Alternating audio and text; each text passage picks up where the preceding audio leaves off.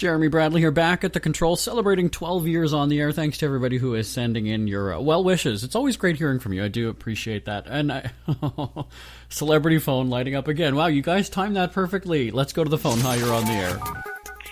Well, hello, and it's Nancy Grace calling. Happy 40th. Oh, how's it feel, senior citizen AARP?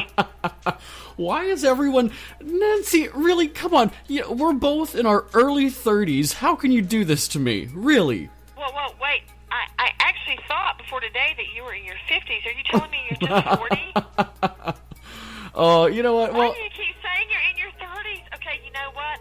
I'll go along with it. You're in your 30s, but happy birthday anyway. Oh, yeah, thanks. Now, again, everybody, we're celebrating our 12th, and this has always been my fear, that Nancy Grace is going to call in and yell at me on the air. I swear. I swear. Oh, okay, I can do that.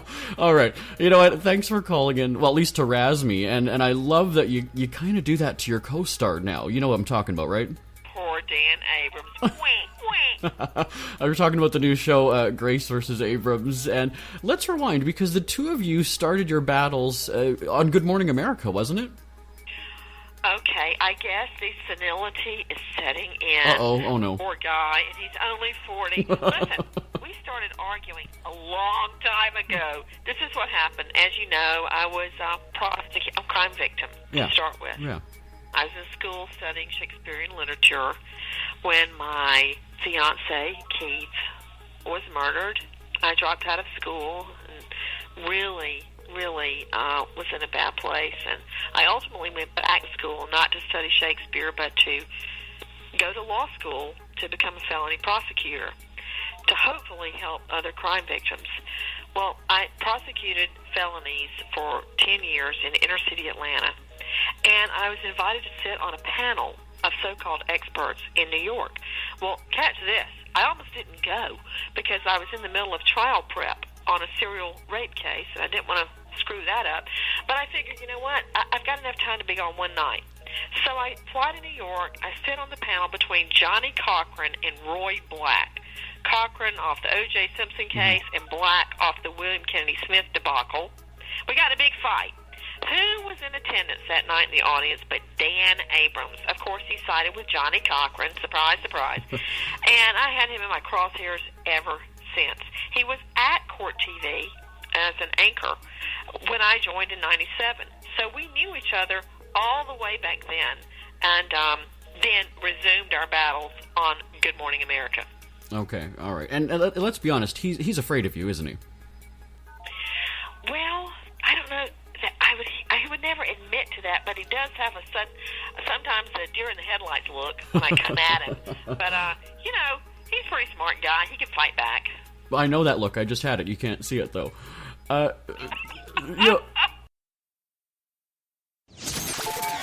Oh, just having a laugh with our friend Nancy Grace. Jeremy Bradley here once again celebrating 12 years on the air. Not my 40th birthday, despite what you hear Nancy Grace say. We're talking about the new show, Grace versus Abrams. What's cool, though, on this show, like, you guys are digging deeper and showing us, new evidence and sometimes showing a case from an entirely new angle, right? What I really like about it is that not just Dan and I just get to argue, which is always fun in itself, but we bring forward witnesses and evidence that was not heard at trial or has not been heard in these, which are the most notorious cases and investigations, some ongoing right now, that have ever been in our U.S. legal history. So it means a lot to me that somehow we can make a difference. For instance, in Top Mom Casey Anthony, we brought on a woman that did time behind bars with Casey Anthony while she was waiting for trial. They got to be besties. We had about 100 letters we dug up between them. What she said about what Top Mom said and did behind bars, if a jury had heard that, they would have convicted her. But let's talk about, so something like Top Mom, is you say, like, I sense your frustration when you know that there's other facts out there or that something happened and the legal case, isn't playing out the way it should. So if you could jump in, though, and take on at least, let's say, Anthony's case here, like, what would you do? I always feel like you have the solution. Well, I think that there was so much evidence. I feel that it got away from the state, the evidence itself, and it became a very complicated case. bogged down in science and autopsy and medical reports.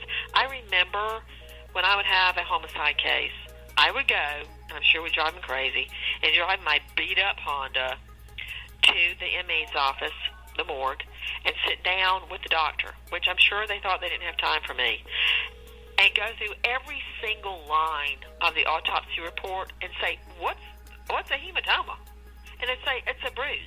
And I would say, well, could we then say bruise, please? Right. Because remember, we're not doctors. You're the doctor. Mm-hmm. And not just in that simple example, but when you're talking about how you know that there has been chloroform in Top Mom's trunk because you took an air sample, what? What does that mean? You know, this is how to boil that down. When you go to the gas station and you smell gasoline, that means there's gasoline in the air. Right. Means. Okay? Yeah. That's how they knew chloroform was in the air, because they took a sample and they analyzed it and they found chloroform. You have to explain things to non-scientists and lawyers. Lawyers are just JDs. They don't understand all that. The case got away. It was no more about a little girl that was murdered with duct tape across her nose and mouth and double bagged in trash bags and thrown into the woods to rot and be torn apart by animals. Her body was torn apart by animals. Mm-hmm. It suddenly turned into something about a duel of the experts. That's not what the case was about. And you know what? I've been on the radio for 12 years. Even I can't segue out of that one. This is probably the most gruesome end to a segment, but we're going to talk more with Nancy Grace when we come back.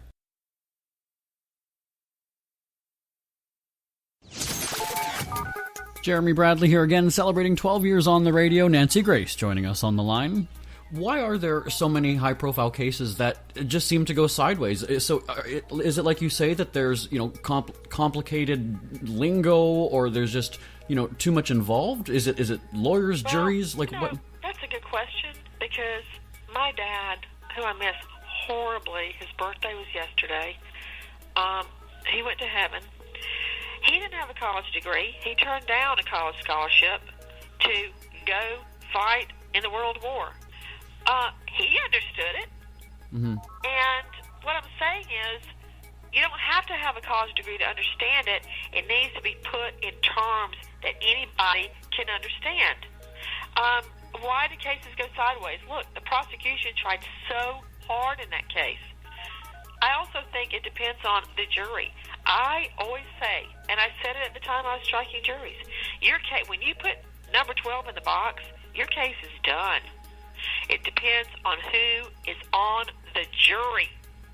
And you can't always wave a magic wand and pick the right 12. I remember one time, my first bank robbery trial. Normally the feds do bank robberies because of FDIC protection, that your bank has. Yeah. Well, I was too naive to understand. I had it because it was a stinker. It was halfway through the trial, my investigator ran in and went, tried to start talking to me. I'm like, Ernest, be quiet. I'm trying the case. I can't talk to you. He wrote me a note. Juror number, let's just say 7, is a convicted bank robber. I went, oh. See, I was so naive. I wouldn't ask the jurors, have any of you ever been convicted of anything? Because that means you probably got an axe to grind, right? Yeah. Well, I had a convicted bank robber on my bank robbery jury. Okay, so it's a miracle I got a conviction in that case. It depends on who you put in the box, okay, the 12 that are in the jury box. And I think that has a great deal to do with your verdict. Some of these things just seem so simple, right? Like that the average person, it's just common sense. Yeah, people get all hung up in trial consultants and behaviorists to figure out what the jury is thinking by the way they're sitting. Now, I got to tell you something. There's a lot to be said for that. Every day when the jury would go home, it'd usually be at nighttime, my investigator, Ernest, and I would stand in front of the jury rail. Nobody would be in there but us. And we'd go, okay, this juror in this chair, like juror number 1, she's on our side. Okay, we don't have to worry about her. How would we know that? Because she'd be nodding. When I would argue or say something, she'd say, nodding yes. Or she'd be looking at the defendant real mean. you can tell, right? But it's hard to strike a jury by committee. Let me tell you that. Okay. Well, so about the new show, you said that it's on Thursdays on A&E, right? Yeah, a new show premieres on every Thursday night, 11 o'clock Eastern on A&E. So listen, if you can't stay up that late, at least DVR it and watch it within 7 days so we get credit, please. Well, you know, us people who are in our 40s now, Nancy, thank you very much. We might have to do that. Sorry about that, buddy. Sorry about that. I'll send you the form for the AARP. It's coming. Get ready. Oh, you know what? I'm glad. I'm glad. There's a silver lining. I'm glad Dan gets to handle you. I appreciate you calling in, though, Nancy Grace. Well, we're going to be watching, or at least recording and watching within 7 days, right? And happy birthday. Yes, Nancy Grace, I appreciate you calling in. Thanks so much. Bye, buddy.